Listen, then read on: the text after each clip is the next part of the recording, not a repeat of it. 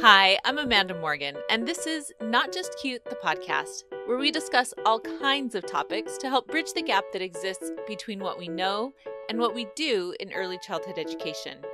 We're starting conversations with academics, authors, decision makers, educators, and parents so that together we can improve the quality of early childhood education while at the same time protecting and respecting the childhood experience. I did something new recently. Well, I actually did a few new things. First of all, I was invited to contribute to an online summit that was new to me, the Leaders Lounge, where I discovered a host of unique resources for early education teams. And second, I did a live stream with the summit organizer, Beth Cannon, a first for me. We talked about her experience helping early education teams get clear about their purpose and about their process. We take on a topic that makes many educators uncomfortable, business. And we talk about how certain business concepts help us build better teams, have clearer communication with parents, and overall simply improve the way we serve children and families. Beth also gives the inside scoop on her upcoming summit, the Leaders Lounge. This unique online summit includes resources focused on both classroom teachers and program directors. Inside the summit, you'll find value-packed presentations from an array of speakers on topics that will lead to true transformation for yourself and your team. You'll learn about theory and practice, but also practical tips on how to implement systems that allow you to automate, delegate, or eliminate some of the more redundant tasks and free up more time for the things that create a lasting impact. The Leaders Lounge offers inspiration, application, and connection for professionals who want to make a lasting difference. The summit takes place online Friday, January 14th through Monday, January 17th, which is when I will be speaking, by the way. You can grab your free seat today by heading to the show notes at notjustcute.com/podcast/episode 49. As I mentioned, this episode was recorded as part of a Facebook live stream. So if you prefer watching over listening, you can catch the video over there at facebook.com/notjustcute. If you're looking to clarify the core values around the work that you do with your team, this episode is for you. Let's jump in.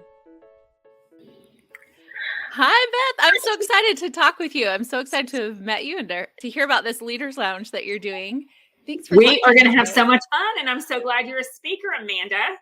I'm excited to be a part of it. It looks like such a great combination of people as I've looked at the different people that are going to be there and the things that they're talking about. I'm really excited about it. Yeah, I can't believe everyone said yes in this crazy time of year. But yeah, great speakers. We've got, probably half are legacy speakers that have spoken for us numerous times, and then half are brand new, just like you. I'm one of the new kids. Yeah. Well, you and I are new to each other, but also some of the people watching today, I know that I would love for them to get to know more about you. So can you start by telling me a little bit about not only what you do now, but also some of the experiences and the path that is taking you to where you are, kind of your journey through early childhood? So the journey started in education. I was a teacher before I had kids. And then when I had my daughter, I was teaching, well, back then in the late 90s, it was aerobics. Right. And so I wanted to spend more time with my new baby. So I left my teaching job and I bought into a franchise called Stretch and Grow, which is kids fitness. So it kind of played into both of the things that I was doing, kids and fitness. That was 23 years ago coming out. We're about to start our 24th year. And then I've done that since then. And about 20 years ago, I started doing teaching and training and staff development, and then Stretch and Grow is a franchise. And maybe 18 years ago, I started training all their new business owners. So anytime anyone would buy a Stretch and Grow franchise, I was their trainer. And so it's been this combination of working with kids and training people and training educators. And then, of course, the pandemic pivot, as everyone would say, everything went online. I was speaking at conferences. You and I have spoken at some of the same conferences, live in the past, and the world went virtual. And so we just kind of figured it out. And so right during the queue back in spring of 2020 is when I had this vision for Leaders Lounge, because there really weren't any virtual retreats. I was scheduled to speak at like 10 conferences. Every one of them got canceled. And then we were like, now what are we going to do? So just figured it out. And here we go. This is number 3. That is awesome. And you're such a, you have so much energy and so much enthusiasm for what you do. And I love that you just move with it, right? Like, here's a challenge. We're going to figure it out. We're going to move forward. We're going to find a way to make things work. And I think in all of those experiences, one of the things I find interesting about you is you bring this education background and experience, and you also have a lot of experience with the business side and running the business. And I think that there are a lot of interesting insights that can be drawn from the world of business and applied into the world of early education. And I know that makes some people really uncomfortable, right? They don't like to think of early education as a business. And I get why that makes people feel uncomfortable. But I also feel like we're missing out on some really important lessons that would help us better serve children and families when we pay attention to some of those lessons from the business world. So I wondered if you could share some of those lessons that you've learned that have come from your business side of the experience and tie into that education and serving children and families side as well. So the main thing I would say is the ability to put systems in place. Most early education leaders I know were at one time educators, and because they were really good, they showed up, they had some leadership qualities. Basically, they were bossy and they had better ideas. So they moved into leadership, and everyone who's watching is being like, yeah, that's me. I've had that boss, right? Yes. They're bosses. They have this boss energy inside of them. But then they get in there and then they don't have the systems, and maybe they're afraid to ask questions because they don't want to reveal a weakness or a perceived weakness. I'm going to say a weakness, but something, maybe lies we believe about ourselves. So they don't put systems in place. They do everything manually. So, they go back to paper and pen, and nothing is digitized and nothing is automated. And so I found like the fire in getting them unstuck is to give them some really specific strategies. But here's the thing, we all have to be self-aware with where we get stuck. And so what I love to do is to sit down and get inside their minds and say, okay, how can we get unstuck from where you are? What is a P&L? What is a KPI? These are things that they don't look at balance sheets. And I think too that COVID really pulled back a lot of layers, because, we had preschool directors who didn't really have to focus on profit and loss and what all their numbers were. And when COVID hit and they didn't know anything about getting small business relief, or, we had the PPP loans and the EIDLs, all of those things. And no one knew, because that's not our language. Mm-hmm. Right. And so I started a Facebook group, really not with the intention of starting a Facebook group. It was just, I had a friend who, she kind of, what's a virtual CFO is what she is. Her name is Jamie Trull. She's super brilliant. So she started a Facebook group to where every single day she would say, this is what's happening here. This is what's happening here. So we started this Facebook group and we pulled all these people in because they needed the information. And it was like magic to see them light up and say, oh my gosh, I get this. Like, I can do this. And it's just been really empowering for me to see them get empowered and be able to make those decisions to move their school forward. And when they can move forward, like you said, when they have those resources, when they see how to get those resources, then that can turn into the other things that maybe, like I said, sometimes I think they feel a little uncomfortable with the business side because their passion is in the education side and the serving the children and serving the families. And when they can run the business side well, then they can provide all of those things that they want to be giving to those children and families. I think it's also really interesting when you start to look at kind of the branding and marketing side, that so much of that is really tied into not just, kind of what we think of as business branding and marketing, and it's slick and it's, flashy and all of those things, but it's really about knowing your purpose and about communicating that to other people, right? Yes. And I think when people think of brand, they think of fonts and logos. Right. And, I had a real big journey through Stretch and Grow. The company had been around almost 30 years and the branding was old. It was outdated. We had added programs and it just felt messy. So I, with a team, went and worked with a brand strategist out in LA who her name is Hillary Hartling. She's amazing. She opened my eyes to so many things about branding. And it's not just your, it's your voice. It's not just your aesthetics. It's your voice. It's how you present your brand. It's your employer brand. Like, who are you as an employer, and what is your talent attraction strategy to bring people into your school? How do you speak and act like a family? And so just bringing all those concepts into the early education space has been really awesome for me to get to see. And just like you said, knowing your voice it really, again, it's about not just the flashiness of the marketing and knowing your voice. They use all those same terms, but it's knowing who you are and knowing as a center, as an employer, as a school, who are you?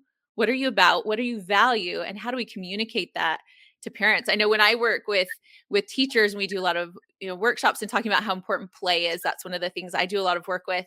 And I'll often hear from them, this frustration about how other people, whether it's their parents or people in the community or the administration or whatnot, that they don't value the work that they're doing, that they don't value how important play is, or they don't understand it and what it's doing for children. And while that frustration is real, one of the things that I always flip back is then, so what do we need to do to better communicate that? Because anything that they aren't understanding or valuing means it's something we need to communicate and teach. And that's what marketing is, right? Is figuring out how to clarify what matters to you so that you can clarify your messaging to other people as well.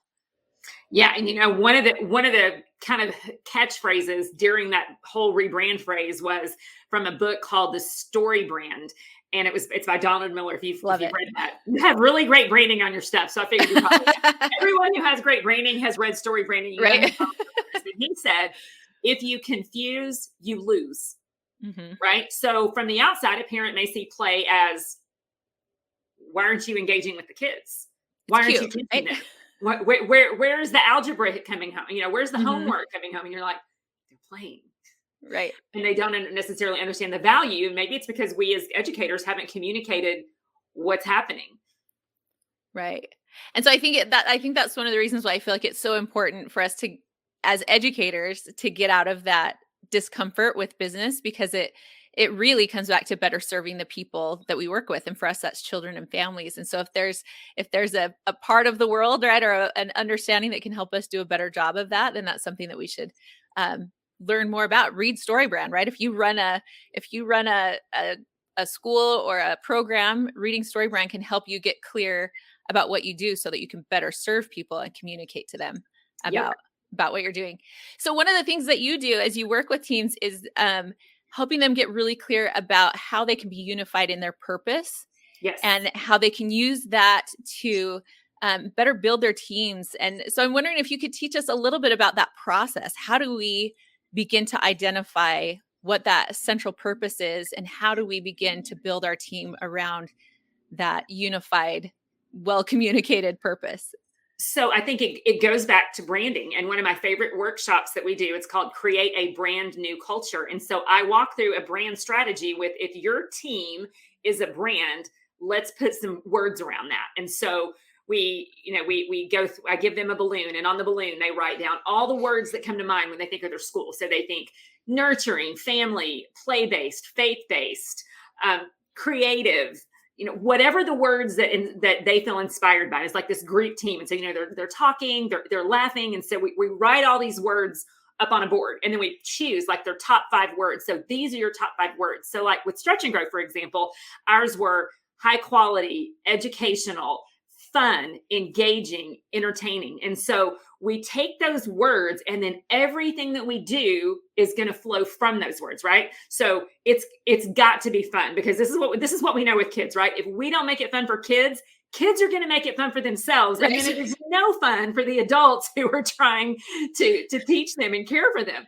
So I help them come up with their brand words. And what does that mean? Who are they as a family? Would you want to work with you?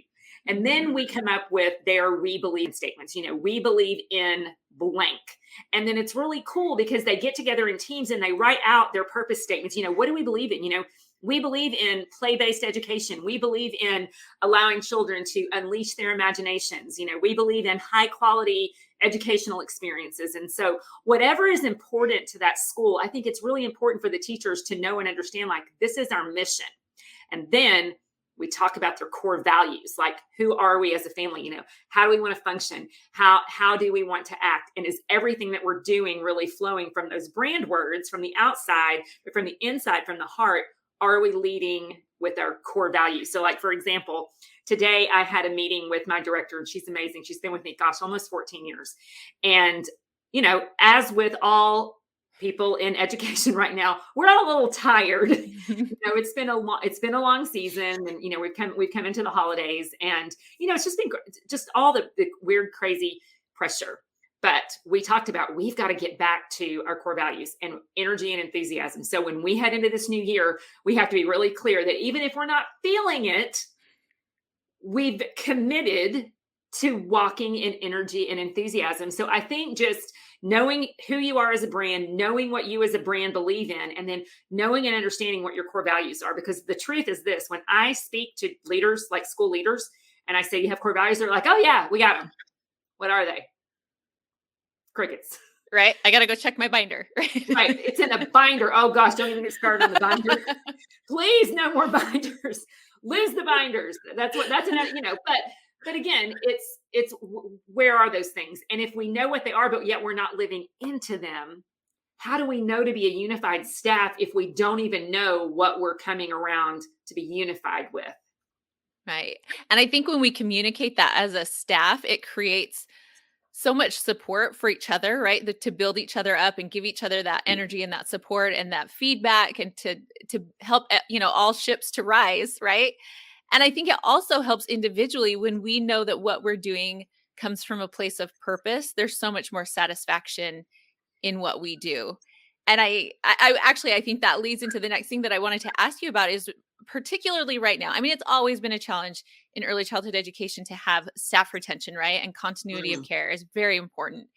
That's always been a challenge for early childhood centers. And I think it is even more so now. There are just so many more challenges that have piled on top of that.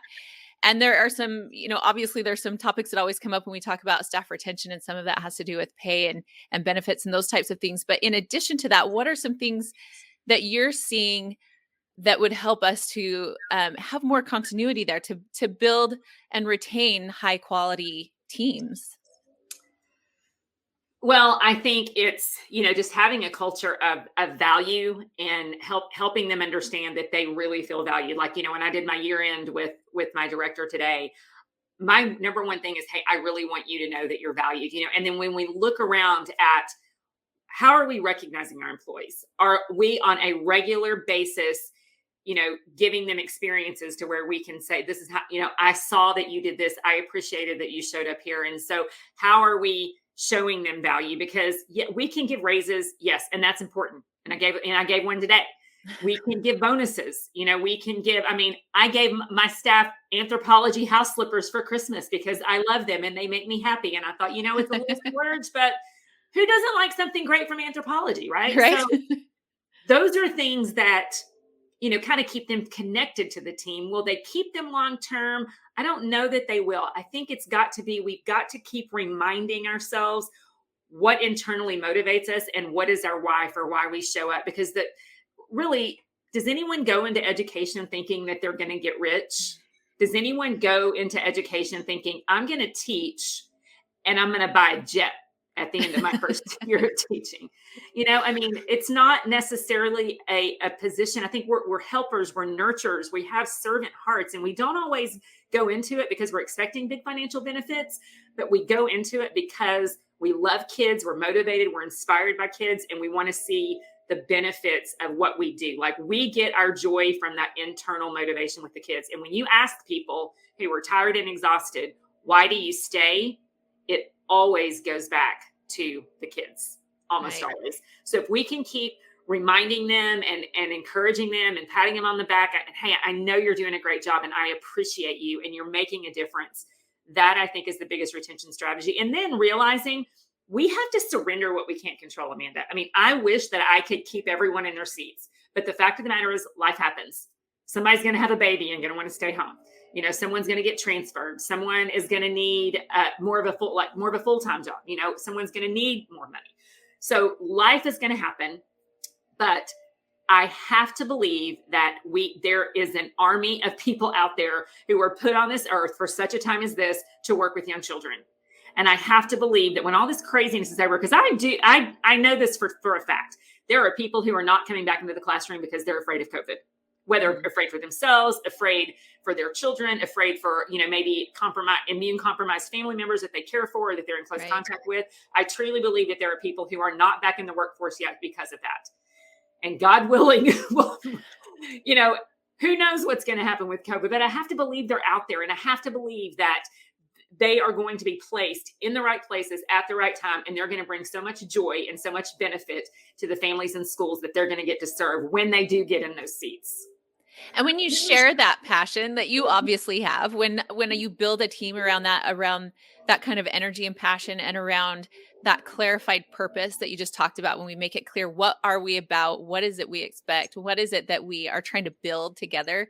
I think, like you said, we want to attend to those other things as best we can, as far as pay and those types of things. Those matter.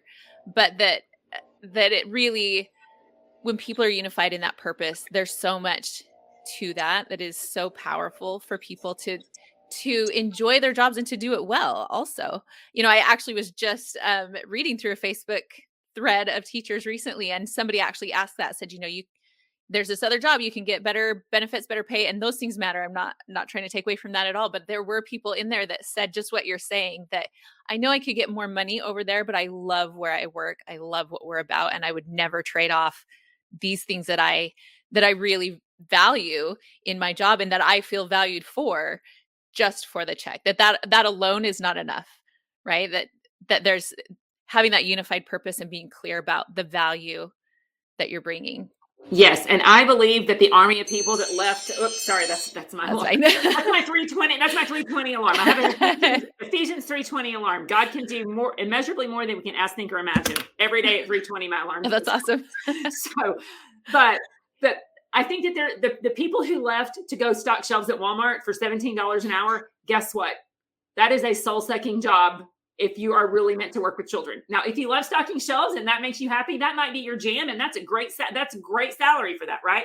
But if you're called to work with children, that's not going to fulfill you. And I just feel like that the people who are going to look back around are going to look back around. In the meantime, for those of us who are leading and who are leading teams and leading staff, it's hard out there. And so I just want to encourage them, stay at your post. If you know that you're called to your post, stay at your post. Is it easy? No. But at the end of every day, you've got to wipe your slate clean. Like, you can't go back and think, gosh, this was such a hard semester because all these things happened. That happened.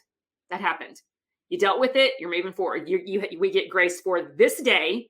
And that's all we get. And that's my word for the year, is grace. So and we take that and we keep moving forward. Like you said, right? Always moving forward. I'm curious, as you've talked with teams and you have them put out those words, what they value, what their purpose is. Are there any words that have surprised you, or that maybe you hadn't considered before, or maybe words that didn't surprise you so much, but you see consistently over and over? These are the words that matter to people who are working with children. Yes, two words. Not that they're surprising words, but the most consistent are family and nurturing. The family part is they feel like they're a family. They feel like, that as staff, they're there together. They're a family, but it's also that they love on these other families, and that they take in these children, and that together, when they are locked, when they're in their little huddles and they're all locked in arms, like, it truly does feel like a family to them. And that's something, like, you can't put a price on that. Right. And then it's the nurturing. It's like, there's something in their hearts that make them want to love kids and love kids through hard time. Because, the name of your company, Not Just Cute. They're not just cute. And when I interview, it's so funny because so many times I'll interview people and I'll say, tell me about a time you enjoyed a group of children. And they'll say, oh, they're so cute. They're not always cute. Right. Their behavior for sure is not always cute. And they're not, but we're not always sweet, or we're not always kind, right? Or we're not always gentle. We're all humans with a variety of behaviors and emotions and feelings, and the way that those feelings are expressed. And so, but they have a heart to nurture kids where they are, which tells me that they love them enough to love them through challenging behaviors, and to love them through hard times or temper tantrums or fits, or whatever you want to call it. That those are the things. And I almost always hear those words, and it makes my heart sing, because it just tells me these are the people who are doing what they're called to do. And I think two things in those are stand out to me, that when you, like you said, when they value nurturing, to me that speaks again to something that's really important to me, which is that whole child development, right? Of not just filling the time or checking off the checklists, but really nurturing and building a whole child, and supporting all of that development.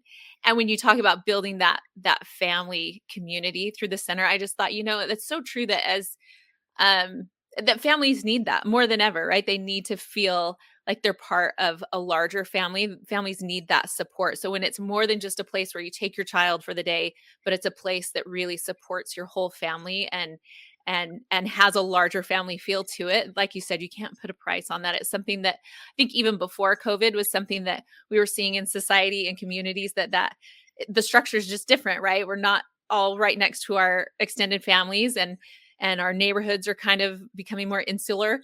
But to have these schools that recognize the need for families to have a larger network of families, that's where huge differences are made, where they see that it's beyond just taking a child for the day, Yep. but it's building up and supporting that whole family. I just love it. So can you tell us a little bit more? You've got Leaders Lounge Summit coming up. Yes. I Yep. want to hear a little bit about some of the things. Well, first of all, some of the purpose for you and the vision that you have behind that. You told us a little bit about that. But also tell me a little bit about what you're excited about that's coming up for this year. Well, I mean, part of it is being able to elevate other speakers' voices.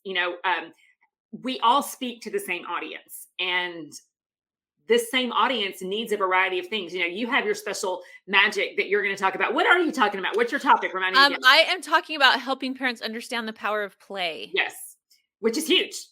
They need to understand the power of play. And so we've got 12 speakers that are speaking to teachers, educators that impact the kids. And we have 12 who are speaking to the owners' leadership on leadership, human resources, strategy, software, things like that. Mm-hmm. But the vision is, number one, to elevate the voices of other people who pour into ECE, because I think that more than anything, we need resources and we need to hear someone. I mean, and you may say one nugget and it might click and it might completely change the way that I think of things. But also too, is to provide this space, this educational opportunity for leaders and teams. We're doing it over MLK weekend here in the US, which is January 14th through 17th.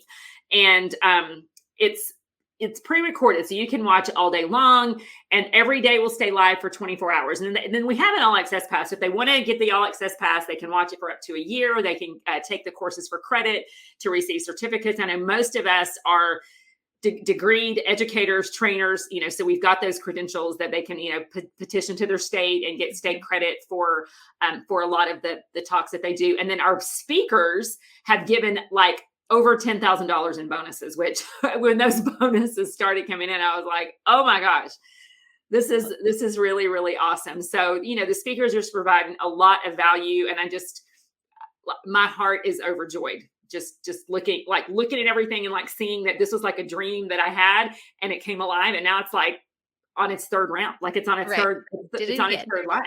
And I wasn't even going to do it. Like, I'm like, oh my gosh, the summits are so much work, just putting everything together and all the communication and all the marketing.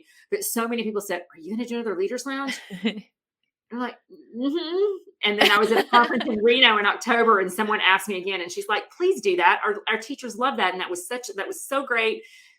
So I said, okay, we'll do it. So here we are, we're doing it. And so thank you for being game to come along with me and do it together. Oh, thanks for inviting me. As I looked over the people who are there and the topics that they're addressing, and like you said, the bonuses and the things that are being put in there, it really is an amazing group and such a variety. So I'm just really honored to be a part of it. Yay. Well, tickets are live. So just go to leaderslounge.solutions, snag a ticket, and then there's all access passes. And so now until next week, when you go on and get your ticket, this video will pop up and it will tell you've got 20 minutes. If you get it in 20 minutes, you get to save $20. So there's a fast action bonus there for anyone that wants a VIP pass.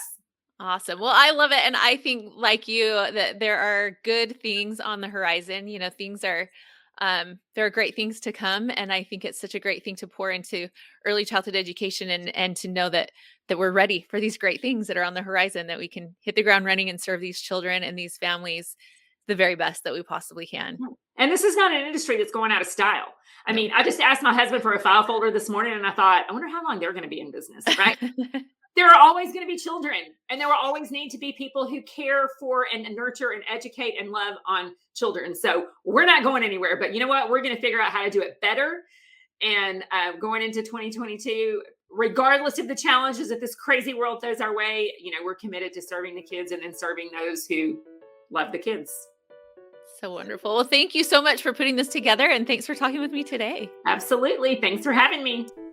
Thanks again for listening to Not Just Cute, the podcast. You can find show notes at notjustcute.com/podcast/episode 49.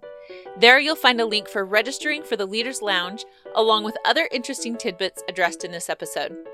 I'm Amanda Morgan. You can read more on my blog and sign up for the Not Just Cute newsletter at notjustcute.com. And follow me on Facebook. That's facebook.com/notjustcute.